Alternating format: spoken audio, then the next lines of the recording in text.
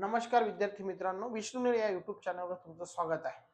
आज पोलीस भरती लेखी परीक्षेचं आयोजन बऱ्याच जिल्ह्यांमध्ये केलेलं होतं. त्यापैकी आपण त्या जिल्ह्यांचा अनालिसिस आपण बघत आहोत. आणि पुणे लोह मार्ग जो आहे त्याचा पेपर आपण अनालिसिस केलेला आहे आणि हा दुसरा पेपर आहे. बीड जिल्ह्याचा हा पेपर आहे. बरोबर आहे. आज हा पेपर झालेला आहे 15/3/2026. पोलीस अधीक्षक कार्यालय बीडचा हा पेपर आहे आणि आपण त्या ठिकाणी त्याचं अनालिसिस घेणार आहोत. त्या पेपरचं सरळ आपण ती पीडीएफ घेतली आहे. बरोबर आहे. आणि त्या माध्यमातून आपल्याला तो अनालिसिस करायचा आहे. तर हा पहिला प्रश्न काय दिला, 26 नंबरचा प्रश्न होता. दोन संख्यांचा मसावी 15 आणि लसावी किती आहे 225 आहे. तर मसावी 15 आहे आणि लसावी किती आहे 225. आपल्याला त्यापैकी एक संख्या किती दिली 75 दिली. तर आपण काय करतो, लसावी गुणीला मसावी भागीला कोणती तरी एक संख्या दिली ती भागीला लिहितो. 15 5 किती होतील 75. बरोबर आहे. आणि मग 225 ला कशाने भागायचं आहे 5 ने.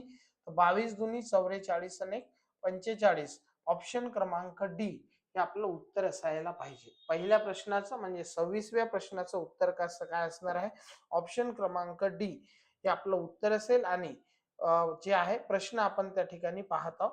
पहा दुसरा प्रश्न काय आहे. 8,000 रुपये मुद्दलाचे 10% दराने 2 वर्षाचे चक्रवाढ व्याज किती.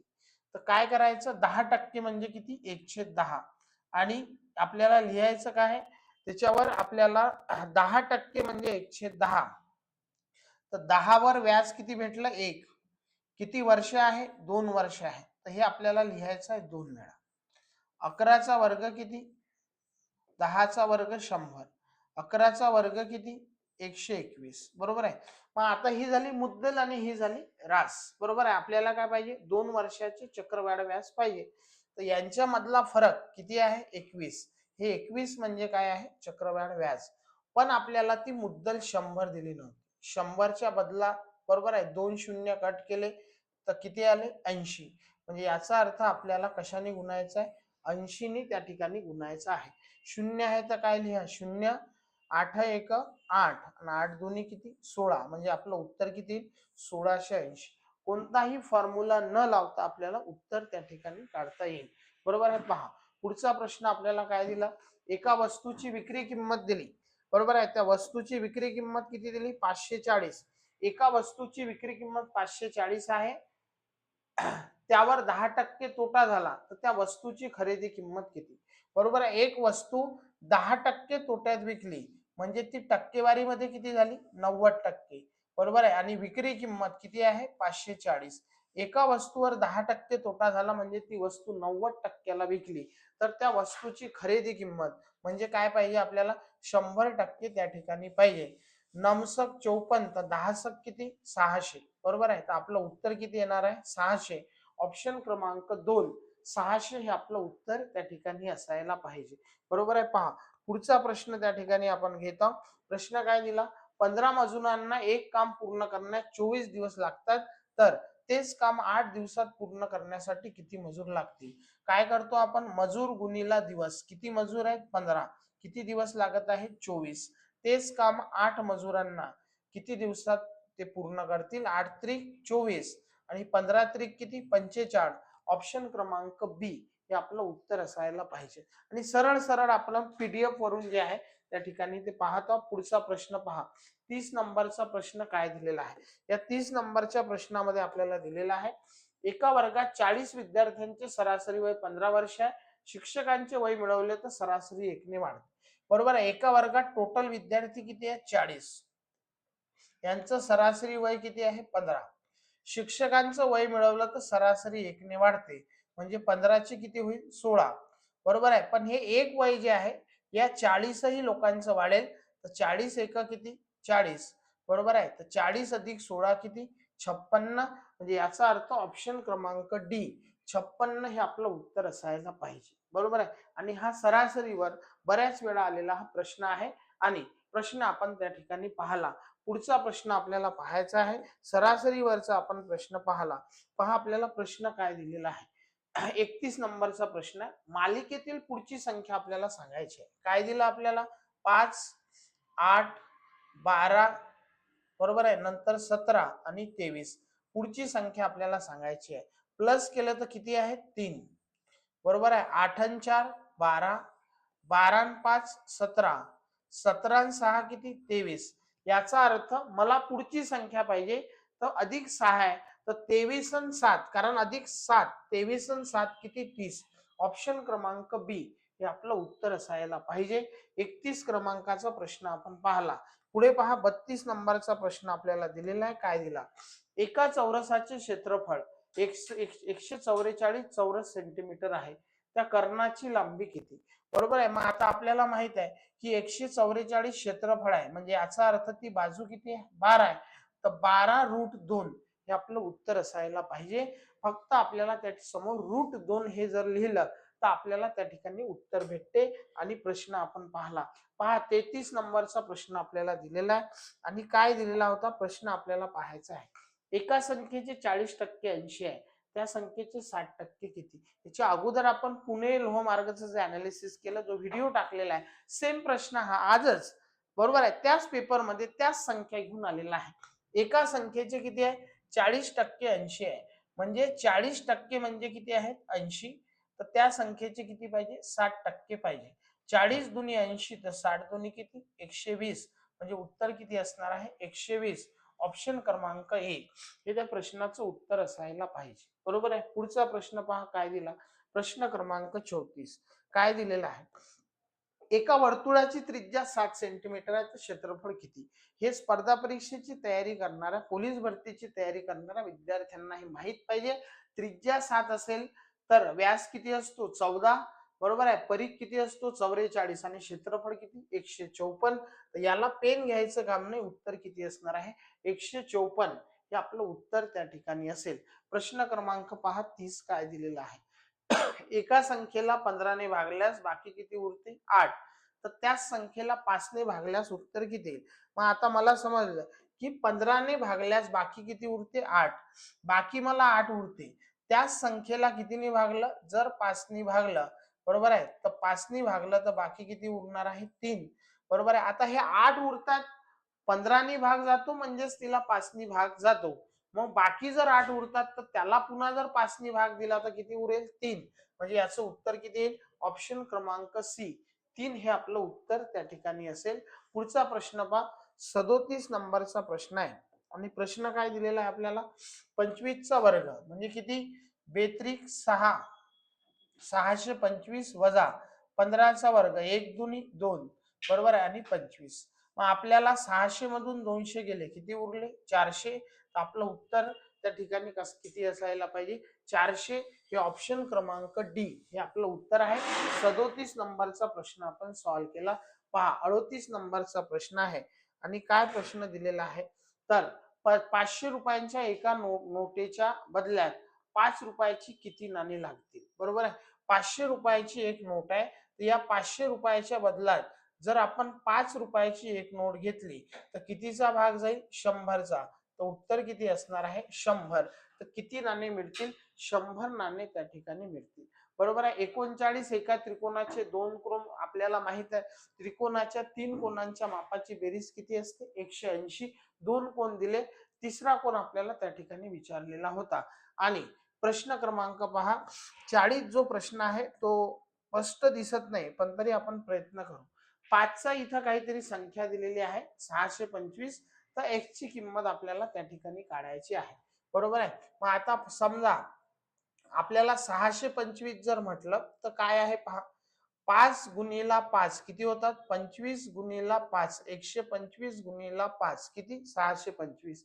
हा 5 चा कितवा घात आहे 4, 5 चा घात 4 आहे, बरोबर आहे. मग आता तिथं जर समजा 3 असतील, बरोबर आहे, इथं जर 3 असतील तर 3 अधिक 1 म्हणजे तो 5 असेल, तर उत्तर त्याचं 25 येऊ शकते. बरोबर आहे. x चा वर्ग आपल्याला विचारला, पण त्याचं उत्तर 25 येऊ शकते जर तिथं 3 असतील. बरोबर आहे. तर तो प्रश्न एक्झॅक्ट आपल्याला पहिला समजत नाही. पहिल्या 10 नैसर्गिक संख्यांची बेरीज आपल्याला सांगायची आहे. बरोबर आहे. सरासरी आपल्याला सांगायची आहे, त्यासाठी पहिले काय पाहिजे बेरीज. मग आता काय करतो आपण, पहिल्या 10 नैसर्गिक संख्यांची बेरीज सगळ्यांना माहित आहे किती आहे 55. आपल्याला काय विचारलं सरासरी, एकूण संख्या किती आहे 10, 10 भागलं तर एका संख्येनंतर पॉईंट म्हणजे उत्तर किती येईल? 5.5 हे उत्तर असायला पाहिजे. 41 जो प्रश्न आहे त्याचं उत्तर किती येतील? 5.5 हे उत्तर असायला पाहिजे. पहा पुढचा प्रश्न किती दिला. एका रांगेत जितकी मुले आहेत तितक्या रांगा आहेत. एकूण 441 मुले असतील. बरोबर आहे. मग आता समजा इथं जेवढी मुलं आहेत तेवढ्याच काय आहेत? रांगा आहेत. तर यांचा गुणाकार किती आला? 441. हा कशाचा वर्ग आहे? 21 चा वर्ग आहे. म्हणजे याचा अर्थ या दोन्ही ठिकाणी काय पाहिजे? 21 पाहिजे. तर रांगेत किती मुलं आहे? जितके मुले आहेत तेवढ्याच रांगा आहे. म्हणजे रांगेत किती मुलं आहेत? 21. ऑप्शन क्रमांक ए हे त्या प्रश्नाचं उत्तर असायला पाहिजे. बरोबर आहे. पहा पुढचा प्रश्न आपल्याला दिला. प्रश्न काय आहे? प्रश्न क्रमांक 54. 5, 11, 23 आणि 47 आपल्याला विचारलं पुढची संख्या काय असेल. मग आता मला समजलं 5 अधिक 6 11. बरोबर आहे. आता 11 अधिक किती म्हणजे 22. बरोबर आहे. ते आपल्याला पाहायचं आहे. मग इथं संख्या मी लिहितो समजण्यासाठी. 5, 11 पुढे आहे 23 आणि पुढे आहे 47. तर मला समजलं 5 अधिक 6 किती होतात? 11. 11 दुनी 22 आणि 23 म्हणजे किती? 12. बरोबर आहे. 23 दुनी 46 आणि 47 म्हणजे किती झाले? 24. मग आता 6 12 24 आहे किंवा याला डायरेक्ट लॉजिक काय लागेल? 5 दुनी 10 आणि 11. 11 दुनी 22 आणि 23. 23 दुनी 46 आणि 47. तर 47 दुनी म्हणजे 7 दुनी 14. बरोबर आहे. 14 ने 15. तर आपल्याला 47 ची डबल केली. बरोबर आहे. 47 गुणिला 2 आणि जसं इथं 2 अधिक 1 होतं तर 47 गुणिला 2 काय येईल? 40 आणि 40 80. 7 आणि 7 14. 80 आणि 14 किती? 94. 94 ने 1 किती? 95. म्हणजे आपलं उत्तर काय असायला पाहिजे? 95 हे आपलं उत्तर असेल. ऑप्शन क्रमांक डी हे आपलं उत्तर आहे. दोन्ही लॉजिक लागतात. याच्यामध्ये जर 48 प्लस केले तरी आपलं उत्तर त्या ठिकाणी असू शकते. बरोबर आहे. पहा पुढचा प्रश्न आपल्याला 55 नंबरचा प्रश्न पाहायचा आहे. काय दिलेला आहे या प्रश्नामध्ये? आपल्याला दिलं 2. बरोबर आहे. पुढे दिलेला आहे 6, 12, 20 आणि 30 अशा प्रकारच्या संख्या आहे. 2 अधिक 4 किती झाले? 6. 6 आणि 6 12. 12 आणि 8 20.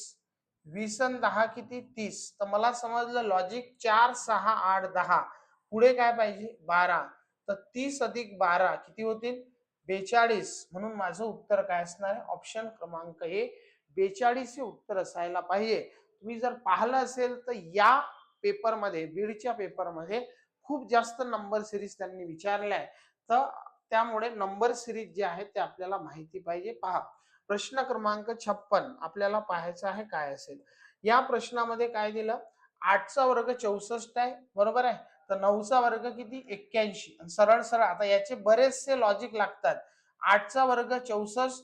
9चा वर्ग किती? बरोबर आहे. तर उत्तर किती? 81. 9चा वर्ग जो आहे तो 81 असायला पाहिजे. पुढे पहा काय दिलेला आहे.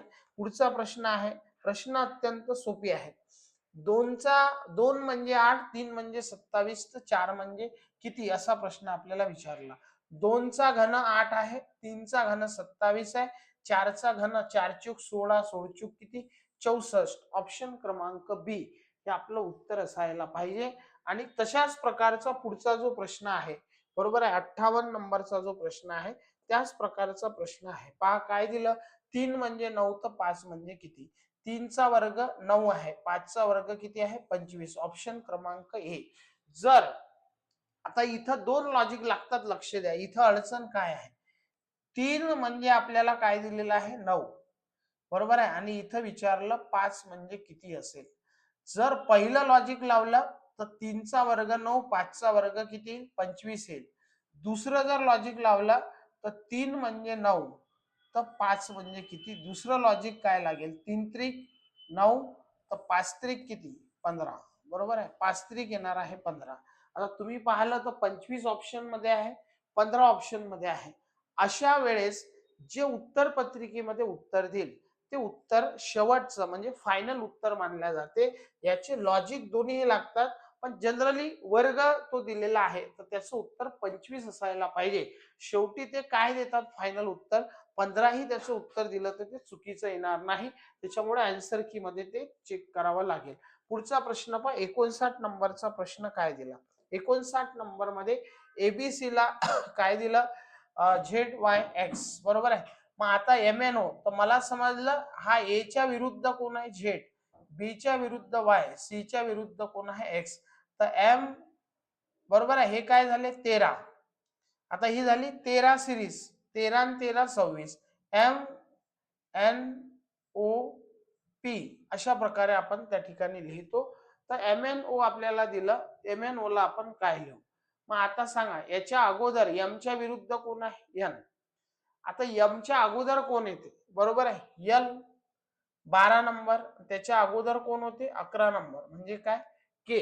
मग आता हे आपल्याला त्या ठिकाणी दिले, तर MNO ला तुम्ही काय लिहिसाल, बरोबर आहे. फक्त हे लिहिताना काय दिले MNO, तर M च्या विरुद्ध कोण आला N, बरोबर आहे. तर पहिले दिला N, मग काय दिला M नंतर दिला N, N च्या विरुद्ध कोण येईल M, बरोबर आहे. आणि मग दिला O, O च्या विरुद्ध कोण आहे L.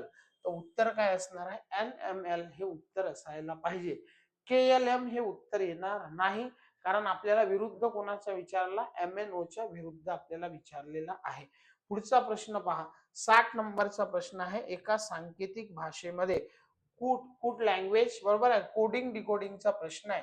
पोलिसला आपल्याला अशा प्रकारे लिहिलं, तर बीडला आपण कशा प्रकारे लिहाल. जर आपण पाहिलं P किती आहे 16, 1 वाढवला तर 17, O 15 आहे तर 16, L 12 आहे तर 13, I 9 आहे तर 10, C 3 आहे तर 4 आणि E 5 आहे तर किती 6. प्रत्येक वेळी 1 वाढला तर B ला आपल्याला त्या प्रकारे वाढवायचं आहे. मग काय होईल पहा, B म्हणजे काय 2, त्याच्या पुढे C, बरोबर आहे, 1 आला, C सगळ्यांमध्ये आहे. E चा काय होईल F, 2 वेळा F पाहिजे, बरोबर आहे. तर इथं C आहे आणि 2 वेळा F आहे, म्हणजे याचा अर्थ हे दोन ऑप्शन कटले. C 2 वेळा F आहे आणि शेवटी काय आहे D, तर नंतर पाहिजे E, म्हणजे ऑप्शन क्रमांक A हे आपलं उत्तर असायला पाहिजे. 60 नंबरचा जो प्रश्न आहे त्याचं उत्तर काय, ऑप्शन क्रमांक A. पहा, विसंगत घटक ओळखा म्हणजे काय, आपल्याला वेगळा काय आहे ते ओळखायचं आहे. 101, 141, 121 आणि 181. सरळ याच्यामध्ये वेगळा, जर आता पुन्हा काय सांगितलं, पहिल्या प्रश्नामध्ये काय होऊ शकते, त्याच्यामध्ये वाद निर्माण होऊ शकते की काय उत्तर असेल, दोन लॉजिक लागेल.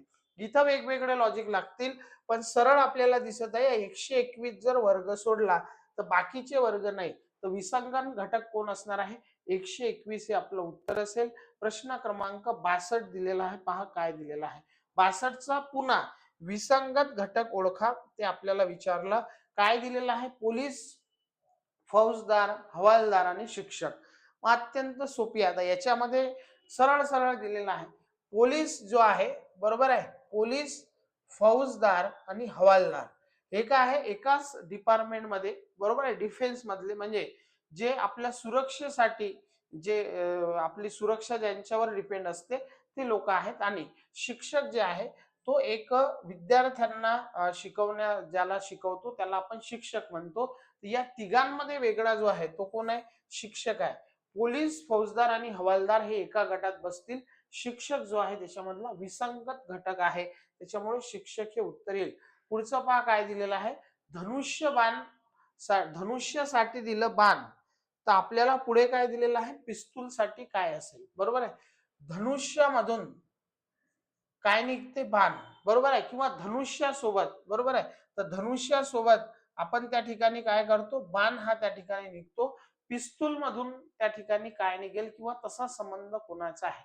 तर आपण जर पाहिलं धनुष्यामधून बाण निघते, बरोबर आहे, किंवा बाणाचा उपयोग होतो, तसं जर पाहिलं तर पिस्तूल आणि बंदूक हे काय आहेत, हे एक प्रकारचे नावच आहेत, सारखे आहेत. बंदूक होणार नाही हे त्याच्यामध्ये फिक्स आहे, बरोबर आहे. तलवार होईल का, नाही, पिस्तूल आणि तलवार हे अत्यंत वेगळं आहे. मग आता एक तर उत्तर यापैकी नाही आणि काडतूस, बरोबर आहे. काडतूस जे आहे ते त्याचं उत्तर असेल, कारण काडतूस म्हणजे आपण त्याला काय म्हणू की गोळी, बरोबर आहे. तर त्याच्यामुळे त्याचं उत्तर जे आहे, रिलेटेड उत्तर जे आहे ते काडतूस असायला पाहिजे. जर बंदुकीमधून, पिस्तूल मधून निघणारी गोळी त्याच्याशी रिलेटेड काडतूस असू शकते, पण त्यांनी एक पुन्हा कन्फ्युजन केलंय की ऑप्शन काय दिलेलं होतं, यापैकी नाही, हे पण ऑप्शन आपल्याला दिलेलं आहे. पुढे पहा, जागतिक आरोग्य दिन 7 एप्रिल, जागतिक पर्यावरण दिन सगळ्यांना हे माहित आहे. 74 नंबरचा प्रश्न काय दिलेला आहे पहा. दिशा या प्रकरणावरचा प्रश्न आहे. जर दक्षिण दिशा ईशान्य झाली तर उत्तर दिशा काय होईल. दिशा हा प्रश्न सॉल्व्ह करताना कधी असा प्रश्न आला तर काय करा, त्याला प्लस करा. बरोबर आहे. ही दिशा कोणती आहे. वायव्य, ईशान्य, नैऋत्य आणि काय असते आग्नेय. आता ह्या दिशा आपल्याला माहित आहे. मग कोणती दिशा. दक्षिण दिशा काय झाली ईशान्य. बरोबर आहे. मग आता ही दक्षिण दिशा आहे. आता याला जर आपण पाहिला अँटी क्लॉकवाईज जर आपण गेलो तर काय झालं. 1, 2 आणि तिसरी दिशा आहे. अँटी क्लॉकवाईज दक्षिण पासून आपण काय गेलो तिसरी दिशा त्या ठिकाणी घेतल्या. मग आपल्याला काय पाहिजे उत्तर दिशा काय होईल. तर ही इथं आहे उत्तर दिशा. बरोबर आहे. मग आता हे आपल्याला अँटी क्लॉकवाईज जायचं. हे झालं क्लॉकवाईज. अँटी क्लॉकवाईज 1, 2 आणि 3. बरोबर आहे. मग आता 3 जर आपण गेलो तर आपल्याला कोणती दिशा असेल. नैऋत्य दिशा असेल. तर ऑप्शन क्रमांक ए हे आपलं उत्तर आहे. पुन्हा पहा काय आहे. दक्षिणला जर ईशान्य म्हटलं तर हे क्लॉकवाईज इकडे आणि हे अँटी क्लॉकवाईज 1, 2, 3 तिसरी दिशा आपण घेतली. उत्तर दिशेला काय म्हटलं उत्तर पासून. बरोबर आहे. 12 पासून 1, 2, 3 म्हणजे क्लॉकवाईज. अँटी क्लॉकवाईज पाहिजे तर 1, 2 आणि 3 तिसरी दिशा काय आहे नैऋत्य दिशा. हे आपलं उत्तर असायला पाहिजे. पुढचा प्रश्न आहे 75 नंबरचा. तर याचं उत्तर पाहू काय. सकाळी 8 वाजता राम कुठं गेला. बरोबर आहे. सकाळी 8 वाजता राम सूर्याकडे पाठ करून चालत होता. त्याच्या डाव्या हाताला कोणती दिशा येईल. मग आता हा राम आहे. बरोबर आहे. आता सूर्य सकाळी 8 वाजता कुठं निघेल पूर्वेकडून निघेल. बरोबर आहे. आणि राम त्याच्याकडे पाठ करून चाललेला आहे. बरोबर आहे. म्हणजे याचा अर्थ काय राम अशा प्रकारे चालला आणि हा इथं राम आहे आणि रामचं डायरेक्शन हे आहे. पाठ त्याची सूर्याकडे आहे. तर त्याच्या डाव्या हाताला कोणती दिशा येईल. जसा मी उभा आहे तसा एक्झॅक्ट राम आहे. बरोबर आहे. तर त्याच्या डाव्या हाताला बरोबर आहे या हाताला कोणती दिशा येईल. म्हणजे याचा अर्थ खालची डायरेक्शन मध्ये आपल्याला पाहिजे. आणि खाली डायरेक्शन कोणती असते दक्षिण. तर त्याचं उत्तर काय असणार आहे दक्षिण हे आपलं उत्तर त्या ठिकाणी असेल. अशा प्रकारे आपण नंतर जे आहे जीकेचे प्रश्न त्याच्यासाठी तुम्हाला दिलेले होते. तर आपण बीडचं अनालिसिस त्या ठिकाणी पूर्णपणे पाहिलेलं आहे. जेवढेही प्रश्न होते पीडीएफ मध्ये जे आपल्याला मिळाले होते त्याचं अनालिसिस आपण करण्याचा प्रयत्न केला. सर्वच जिल्ह्यांचा एक अनालिसिस आपण करत आहोत. सध्या 2 जिल्ह्यांचा अनालिसिस झालेला आहे. पुढे तुम्हाला लवकरच इतर जिल्ह्यांचंही अनालिसिस भेटणार आहे. जसा हा बीड जिल्हा आहे. बरोबर आहे. तर पहिला जर व्हिडिओ तुम्ही पाहिला नसेल पुणेचा तर तो व्हिडिओ पाहून घ्या. आणि हा जो बीडचा आहे हा दुसरा व्हिडिओ आपण पाहिलेला आहे. ठीक आहे. तर निश्चितच तुम्हाला पुढचे व्हिडिओ लवकरच भेटणार आहे. त्यासाठी जर तुम्ही चॅनल सबस्क्राईब केलं नसेल तर सबस्क्राईब करा आणि व्हिडिओला लाईक करा. लवकरच तुम्हाला या पुढचे सर्व जिल्ह्यांचे अनालिसिस तुम्हाला लवकरच मिळतील. धन्यवाद.